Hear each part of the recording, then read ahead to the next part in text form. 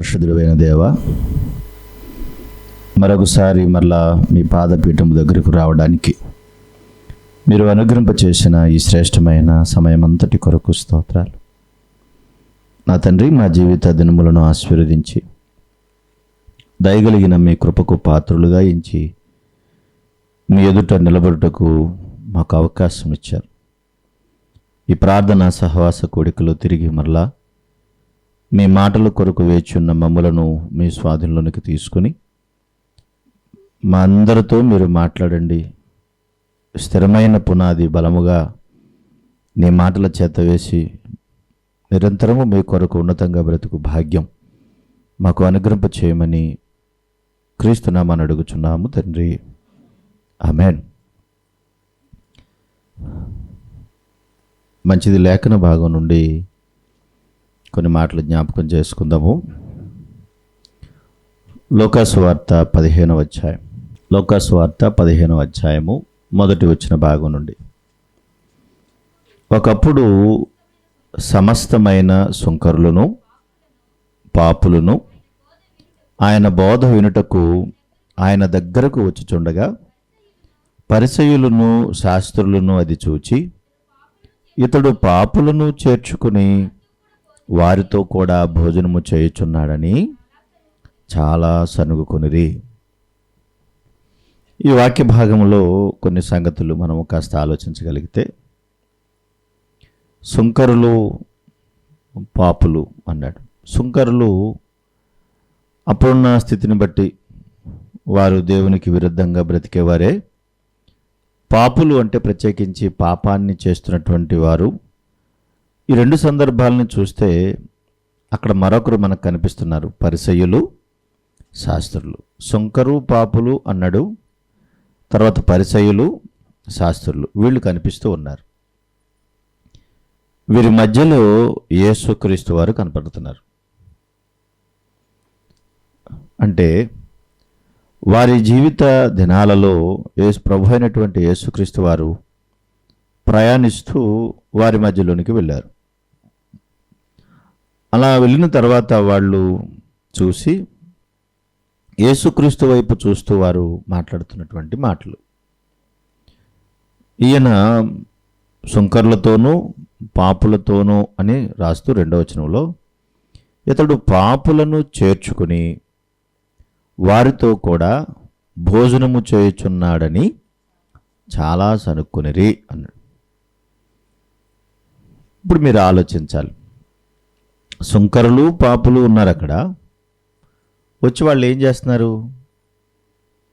ఏమని రాయబడి ఉంది అక్కడ చూడండి. ఆయన బోధ వినుటకు ఆయన దగ్గరికి వచ్చుచుండగా. ప్రభు అయిన యేసుక్రీస్తు చెప్పేటువంటి బోధ, ఆ విషయాలన్నిటినీ కూడా వారు గ్రహించి వారి యొక్క దేవుని యొక్క మాటలు వినాలన్న తపనతో ఆ రోజున అందరికీ ప్రకటన జరుగుతుండగా ఆయన దగ్గరికి ఎవరు వచ్చారు? సుంకరులను పాపులు వచ్చారు. అంటే వాక్యం వినడానికి చాలామంది మన మధ్యకు వస్తూ ఉంటారు. అందరూ సుంకరులు పాపులు ఉంటారు. అంతేకాదు శత్రువులు కూడా ఉంటారు, వ్యతిరేకించేవారు కూడా ఉంటారు, దూషించేవారు కూడా ఉంటారు. అంతేకాకుండా నేరారోపణ చేయడానికి కూడా వచ్చేవాళ్ళు కూడా ఉంటారు. అందులో ప్రధానంగా ఈ శాస్త్రులు పరిసయ్యులు. వీళ్ళు ఏమంటున్నారంటే, ఈయన పాపులతో కూడా కలిసి భోజనం చేస్తున్నాడని. అప్పటి వరకు వారికి ఉన్నటువంటి ఆలోచన ఏంటంటే, యోధా జాతి మొత్తం ఉన్నతమైనది కనుక యోధా జాతి విషయాల్లో మనందరం యూదులం, వీళ్ళంతా పాపులు. వారి దృష్టిలో లెక్క ఏంటి? మనం యూదులం, వీళ్ళంతా పాపులు. ఇప్పుడు కూడా లోకం మధ్యలో ఇలాంటి విషయాలు ఉన్నాయి, ఇప్పటికీ ఉన్నాయి. కనుక వాళ్ళందరి విషయాలు మనకు అవసరం లేదు. కానీ ఇప్పటికీ కూడా వాళ్ళు ఏమనుకుంటారంటే, మనము గొప్పవాళ్ళం, వీళ్ళంతా పాపులు, తక్కువ వాడు వీళ్ళందరూ అనేటువంటి భావం వారి మధ్యలో ఉంది. ఎప్పుడైనా ఆలోచించాల్సిన విషయం ఏంటంటే, యేసుక్రీస్తు యొక్క మాటలను, దైవ సంబంధమైనటువంటి మాటలను ఎక్కువ ఆలోచించడానికి కానీ లేదంటే అర్థం చేసుకోవడానికి కానీ వారితో కనెక్ట్ అవ్వడానికి కానీ పేదవారు, పాపనబడిన వారు, పనికిరాని వారు తొందరగా కనెక్ట్ అవుతారు. వారే ఎక్కువగా కనెక్ట్ అవుతారు. కారణం ఏంటి చెప్పండి? ధనవంతులు తొందరగా ప్రభు దగ్గరకు వస్తారా? దేవుని దగ్గరకు వస్తారా? ధనవంతులు రారు. పేదవారు, సాదాసీదా అనబడిన వారు, ఏమీ లేని స్థితిలో ఉన్నవారు, అలాంటి వారే తొందరగా దేవుని దగ్గరికి రావడానికి ఇష్టపడతారు. దేవుని మాట కూడా వాళ్ళు వింటారు. అందుకని కొన్ని మందిరాల్లో కూడా ఎవరైనా ఎక్కువగా బాగా ఉన్నవాళ్ళు ఉన్నారనుకోండి, సామాన్యమైన వారు అక్కడికి వెళ్ళడానికి కొద్దిగా ఇబ్బంది పడుతూ ఉంటారు. ఎందుకు చెప్పండి? అక్కడ అందరూ వాళ్ళనే చూస్తారు, వాళ్ళనే పట్టించుకుంటారు, కానీ ఇలాంటి వాళ్ళని లేదంటే మనలాంటి వాళ్ళని పట్టించుకోరు. సూట్లు బూట్లు వేసుకున్న వాళ్ళని చూస్తారు, కానీ సామాన్యంగా ఉన్న వాళ్ళని చూస్తారా? చూడరు. భలే విచిత్రంగా ఉంటుంది కదా. సీఎం గారి సభలో పెద్ద పెద్ద ఆఫీసర్లు అందరూ గొప్ప గొప్ప వాళ్ళందరూ సూట్ వేసుకుని కూర్చుంటే ఈయన ఓ తెల్ల సొక్క, ఓ కాకి ప్యాకెట్ వేసి కూర్చుంటాడు. ఎందుకు ఈ మాట చెప్తున్నాను వినండి. ఇప్పుడు ఎంత గొప్పవాడైనా ఇప్పుడు ఈయన్ని ఆహ్వానించాలా వద్దా? ఎందుకని? ఆ పోస్ట్ అలాంటిది, ఆ పోస్ట్ అలాంటిది. కాబట్టి సూటు బూట్ వేసుకున్నవాడైనా, నిక్కరు సొక్క వేసుకున్నాడు, ఎంత గొప్పవాడైనా సరే కాకిపేట వేసుకున్నా పెట్టరా అని అండు. రండి సార్ అంటాడు. ఇప్పుడు దీన్ని మీరు అర్థం చేసుకోండి. గొప్ప గొప్ప వాళ్ళ ఇళ్లలో తిరుగుతూ గొప్ప గొప్ప వాళ్ళ నమస్కారాలు పొందుతూ వీళ్ళే గొప్పవాళ్ళు, మేము గొప్పవాళ్ళం, వాళ్ళతో మేము సమానమని చక్కగా తిరుగుతున్నటువంటి ఆనాటి శాస్త్రులు, పరిచయాల మధ్య ఒక సామాన్యమైనటువంటి వ్యక్తిగా, ఒక సామాన్యుడిగా చక్కగా ప్రజలతో కలుస్తూ, ప్రజలతో మాట్లాడుతూ ప్రజల మధ్యకి వెళ్ళిపోయాడు. ఎవరైనా? ప్రభువారు. ఆయనతో పాటు వెళ్ళిపోయారు. ఒక సామాన్యంగా ఉన్నటువంటి ఆయన దగ్గరికి వచ్చినటువంటి వారందరినీ చేర్చుకున్నాడు. వారితో పాటు కలిసి కూర్చున్నాడు. వారితో పాటు కలిసి భోజనం చేస్తున్నాడు. వారు సనుక్కున్నటువంటి ఆ సనుగులు, గొనుగులు ఇవన్నీ కూడా ఆయన వింటున్నాడు. వాళ్ళు మాట్లాడుకునే మాటలన్నీ కూడా వింటున్నాడు. అలా వింటున్నప్పుడు ఉపమాన రీతిగా మాట్లాడారట ఆయన. ఎందుకు అలా చెప్తున్నారు మీరు? అనలేదు, అలా అనలేదు. ఉపమాన రీతిగా బోధించాడు. కొన్ని విషయాలు ఉపమాన రీతిగా చెప్తేనే బాగా అర్థమవుతాయి. డైరెక్ట్గా చెప్తే అర్థమవుతాయా? డైరెక్ట్గా చెప్తే చాలా విషయాలు అర్థం కావు. ఉపమాన రీతిగానే చెప్పాలి. అక్కడ ప్రభువు చెప్తున్నటువంటి అద్భుతమైనటువంటి ఉపమానం ఈరోజు మన పాఠ్యాంశంగా ఉంది. సడన్గా అది చదువుతున్నప్పుడు నాకు చాలా బాధ అనిపించింది, సంతోషం కూడా వేసింది. చూడండి అక్కడ ఎలా రాయబడిందో. అందుకు ఆయన వారితో ఈ ఉపమానము చెప్పెను. మీలో ఏ మనుష్యునికైనా 100 గొర్రెలు కలిగి ఉండగా వాటిలో ఒకటి తప్పిపోయినడలా అతడు 99 అడవిలో విడిచిపెట్టి తప్పిపోయినది దొరుకు వరకు దానిని వెదక వెళ్ళడా?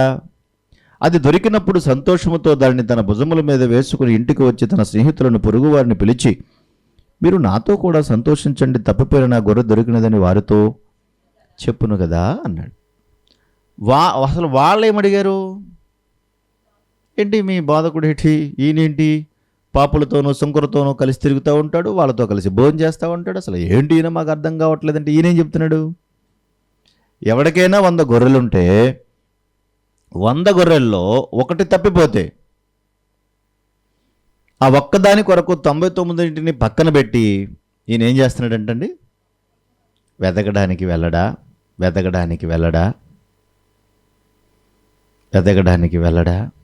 నేను చదువుకున్నప్పుడు నాకు ఇలా అనిపించింది, నిజమే ప్రభువా, ఆ తప్పిపోయిన గొర్రెను నేనే అనుకున్నా. నిజమే. 99 నీతిమంతులుగా బతుకుతున్నటువంటి స్థితి, పాపులలో ఉండేటువంటి స్థితిని బట్టి ఆ తప్పిపోయినటువంటి గొర్రెను నేనే అనిపించింది. ఇక్కడ ఎలా ఆలోచించాలంటే, ఈ తప్పిపోయిన గొర్రె ఒకవేళ నీవే అయితే, నేనే అయితే, గొర్రెల కాపరైనటువంటి యేసుక్రీస్తు వారు ఏం చేస్తున్నాడు? ఆయన 99 పక్కన పెట్టి దేనికోసం పరిగెట్టాడట? నువ్వు తప్పిపోయావు కదా, నేను తప్పిపోయాను కదా, తప్పిపోయిన నీ కొరకు నా కొరకు ఏం చేశాడు ఆయన? వెతకడానికి వచ్చాడట. నిజంగా అంత అద్భుతం అనిపించింది. ఒకవేళ ఆయనే వెతకపోతే, మనకు ఆయనే దొరక్కపోతే మనం ఎట్లా ఉండేవాళ్ళం? అసలు మన స్థితి ఎలా ఉండేది? ఆ పాపంలోనే పడి మగ్గిపోతూ ఎందుకు పనికి రాకుండా అయిపోయేవాళ్ళం కదా. కానీ ప్రభు ఏం చేశాడో తెలుసా? నిన్ను నన్ను కూడా వెదికాడు. నిన్ను నన్ను కూడా వెతుకుతాడు. వెతికితే ఆయనకు మనం దొరికాము. దొరికిన మనల్ని తీసుకొచ్చాడు, మందలోకి చేర్చాడు. Praise the lord. ఆమేన్. దిక్కుమక్కు లేనటువంటి స్థితిలో బతుకుతున్న మనలను వెదకి పట్టుకుని ఎక్కడ తీసుకొచ్చాడు? తన మందలోనికి తీసుకొచ్చాడు. వాళ్ళకు అర్థం కాలేదు. అలాగే ఈరోజు కూడా ఎవరికి అర్థం కావటం లేదు. ఏంటి ఈయన, ఈ ప్రభు ఏంటి, ఈ సంగతులు ఏంటి, ఈనాటికి ఎవరికి అర్థం కావటం లేదు. కనుకనే వాళ్ళు ఆ విధంగా ఆలోచిస్తున్నారు, వాళ్ళు అలా అర్థం చేసుకుంటున్నారు. ప్రభువారు సువార్త ప్రకటించేటప్పుడు కూడా చాలా విషయాలను చెప్తూ వచ్చారు. చెప్తున్న మాటలో ఈ మాట కూడా ఆయన చెప్పిన మాట ఒకసారి చూద్దాం. చూడండి, మత్తయి సువార్త 9వ అధ్యాయం 9వ వచన భాగం. యేసు అక్కడ నుండి వెళ్ళుచు సుంకపు మెట్టునొద్ద కూర్చుండి ఉన్న మత్తయి అను ఒక మనిషిని చూచి నన్ను వెంబడించమని అతనితో చెప్పగా అతడు లేచి ఆయనను వెంబడించెను. భలే విచిత్రంగా ఉంటాయి ఈ మాటలన్నీ. ఆయన వెళ్తూ ఉన్నాడు.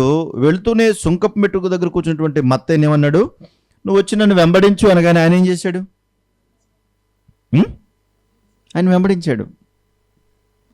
మారు మాట మాట్లాడకుండా వెంబడించాడు. అయితే ఇంటిలో భోజనముకు యేసు కూర్చుండగా ఇదిగో సుంకరులను పాపులను అనేకులు వచ్చి ఆయన యొద్దను ఆయన శిష్యుల యొద్దను కూర్చుండిరి. గొప్ప గొప్ప వాళ్ళు వచ్చి కూర్చుంటలేదంటే భోజనం దగ్గర. ఒకవేళ మనకన్నా గొప్ప వాళ్ళు వస్తే మనం ఏం చేస్తాం? భోజనం దగ్గర కూర్చున్నాం. మనకన్నా గొప్ప వాళ్ళు వచ్చి కూర్చున్నారు అనుకో, మనం ఏం చేస్తాం? అయ్యా ముందు మీరు కూర్చోండి బాబు, మేము వెళ్ళిపోతాం పక్కకి, మేము తర్వాత అన్న తింటాం బాబు, మమ్మల్ని వదిలేయండి బాబు అని మనం ఏమైపోతాం? పక్కకి వెళ్ళిపోతాం. కానీ ప్రభువారు కూర్చుండి భోజనం చేస్తున్నప్పుడు ఆయనతో పాటు కలిసి సుంకరులను పాపులను కలిసి భోజనం చేస్తున్నారు. అసలు ఇది భలే ఉంది కదా. ఆ టైంలో అక్కడ కూడా ఈ బోధకులు మాట్లాడుతూ ఉంటారు. చూడండి, పరిసయ్యులది చూచి మీ బోధకుడు సుంకరులతోనూ పాపులతోనూ కలిసి ఎందుకు భోజనం చేయుచున్నాడని ఆయన శిష్యులను. ఇదేంటిది? యోధా జాతి ఉద్ధారకుడు అంటారు, గొప్పవాడు అంటారు, బోధకుడు అంటారు. ఎంత గొప్పవాడైనప్పుడు పాపులతోనూ సుంకరులతోనూ కలిసి భోజనం చేస్తాడు మీ బోధకుడు అని చాలా నీచంగా మాట్లాడుతూ ఉంటారు. ఎప్పుడైనా ఇలాంటి సిచ్యువేషన్ మీకు ఎదురైందా? ఎప్పుడైనా భోజనం దగ్గర నుంచి ఎప్పుడైనా లేపారా నిన్ను? ఎప్పుడైనా ఎంత ఇబ్బందిగా ఉంటుంది అక్కడ ఆలోచించండి. ఎంత కష్టంగా ఉంటుంది ఆలోచించాలి. అంటే దేనికి ఉపయోగం లేని వారముగా, ఎవరికీ కూడా ఇష్టం లేని వారముగా, ఎందుకు ఈ జీవితం, ఎందుకు వచ్చిన బతుకు అని నిష్ఠూరాలతో ఇబ్బందులతో బాధలు అనుభవిస్తూ ఈ జీవితం ఇది చాళ్లే అనుకుంటూ అలాగే బ్రతికి చచ్చిపోదాం అని నిర్ణయించుకుని వెళ్ళిపోతున్నటువంటి మనలను మన ప్రభు వెదికి పట్టుకున్నాడు. అది నాకు నచ్చిన మాట. మన ప్రభు వెతికి పట్టుకున్నాడు. వెతుకు పట్టుకుని ఆయన దగ్గరకు చేర్చడమే కాకుండా ఆయన మందలో కలిపేశాడు. మందలో కలిపిన తర్వాత అంటున్నాడు, మనిద్దరం కలిసి భోజనం చేద్దాం, మనిద్దరము కలిసి భోజనం చేద్దాం. అందుకే చూడండి, ఇతరుల భోజనాలకి మన భోజనాలకి తేడా ఏంటో తెలుసా? ఇక్కడ ఫెలోషిప్ ఉంటుంది, అక్కడ ఫెలోషిప్ ఉండదు. ఇక్కడ సహవాసం ఉంటుంది, అక్కడ సహవాసం ఉండదు. అర్థమవుతుందో తల్లి మీకు? సహవాసానికి సామాన్యంగా జరిగేదానికి సంబంధమే ఉండదు. కులమత భేదాలు లేకుండా, ప్రాంతీయ భేదాలు లేకుండా ప్రభువే నా గురుగా ఉన్నాడు, ప్రభువు నన్ను ఏర్పాటు చేసుకున్నాడు, ప్రభు నన్ను పిలిచాడు, నేను పలికాను, నా ప్రభు సన్నిధిలో నేనున్నాను, నా ప్రభువే నాకు సహవాసిగా ఉన్నాడు, ఆయన నాతో పాటు కలిసి భోంచేస్తున్నాడు. ఈ మాటలు వాళ్ళకి అర్థం కాకపోతే మరలా వాళ్ళు ప్రశ్నిస్తే ప్రభు అక్కడే చెప్పాడు. చూడండి, మరలా మరొక మాట అక్కడ చెప్పాడు చూడండి, 12వ వచనంలో. వాళ్ళు అడిగిన ప్రశ్న ఏంటి?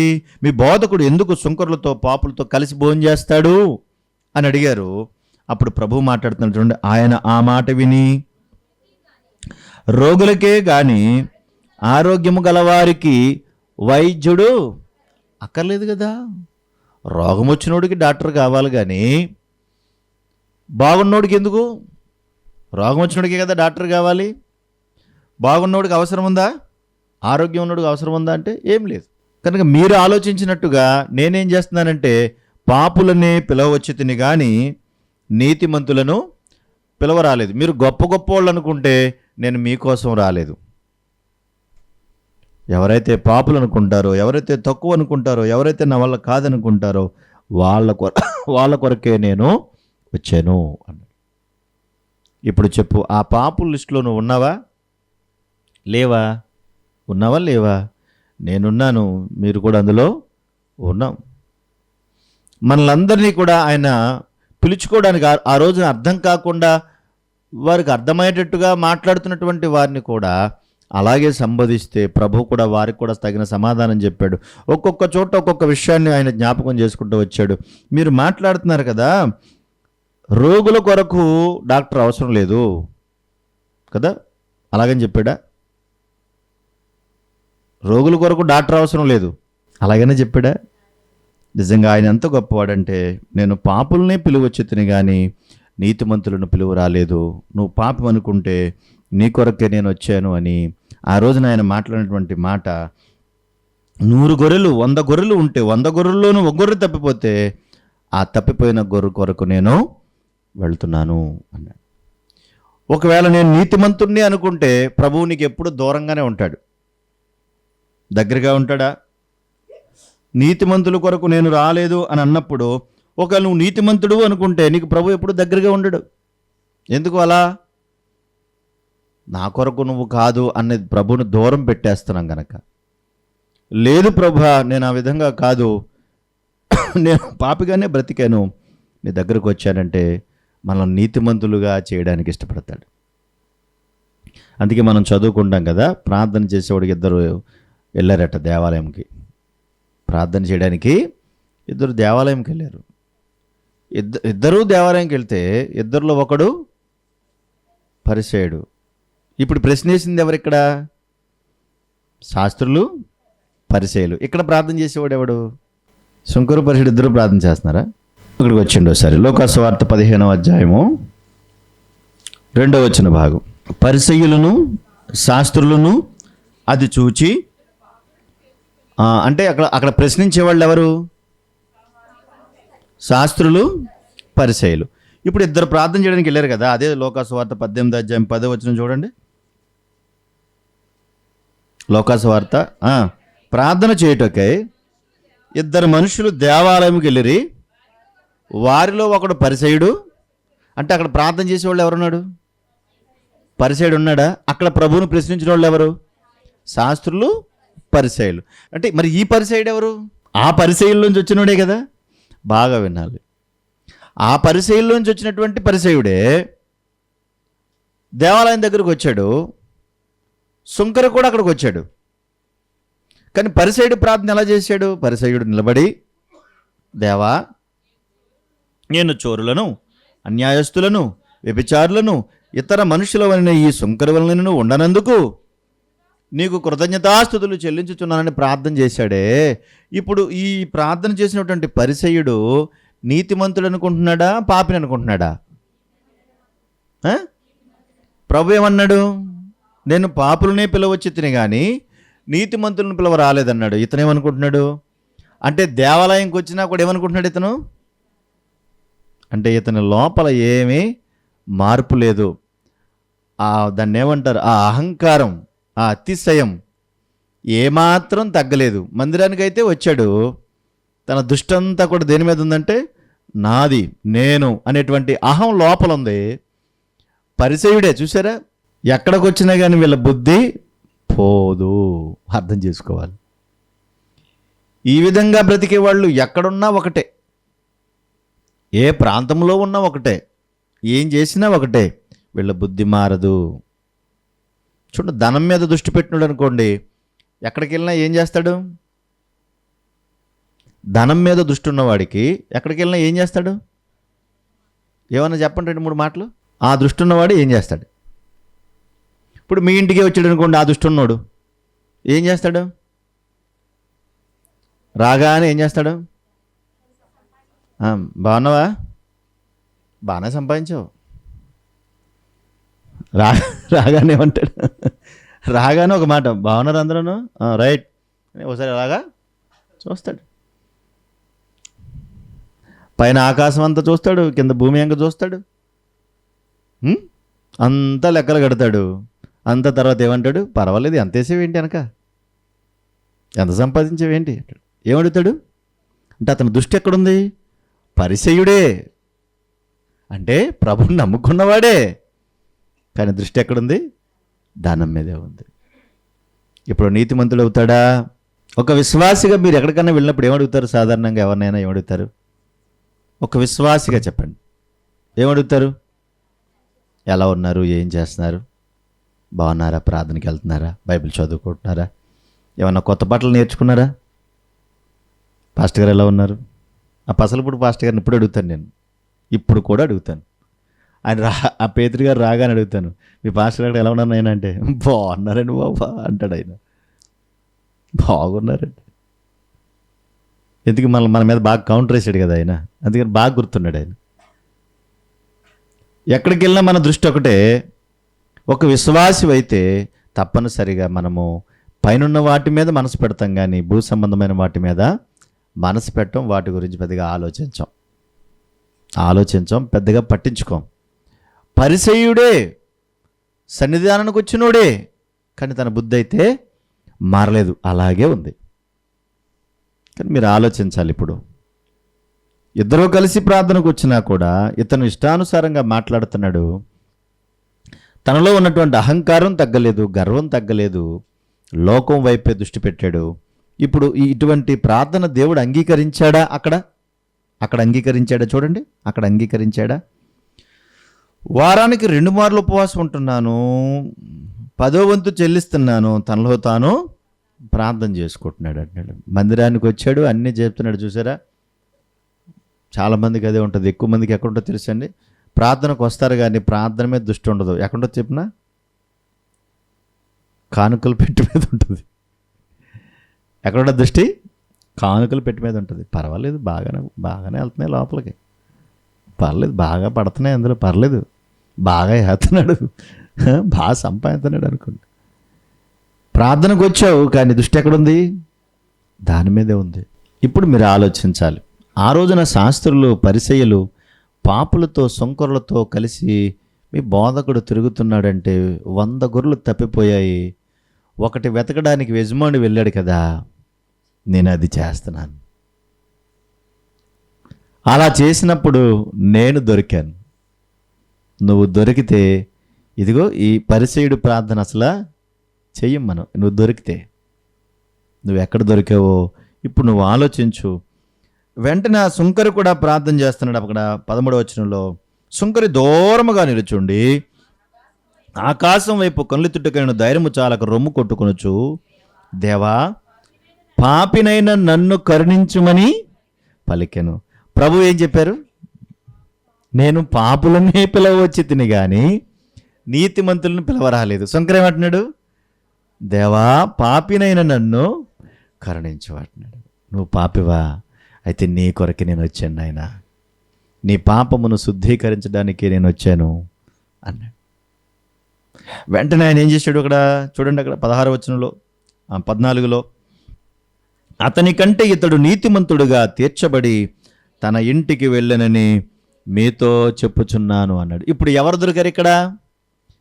పరిసయ్యుడు గొప్పవాడుగా అనుకున్నాడు, కానీ పరిసయ్యుడు మాత్రం పట్టబడలేదు. దూరంగా ఉన్నాడు, ప్రభువుకి దూరంగా ఉన్నాడు. మందిరంలోనే ఉన్నాడా?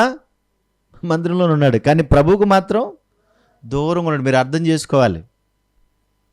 మందిరంలోనే ఉన్నాడు, కానీ ప్రభువుకు దూరంగా ఉన్నాడు.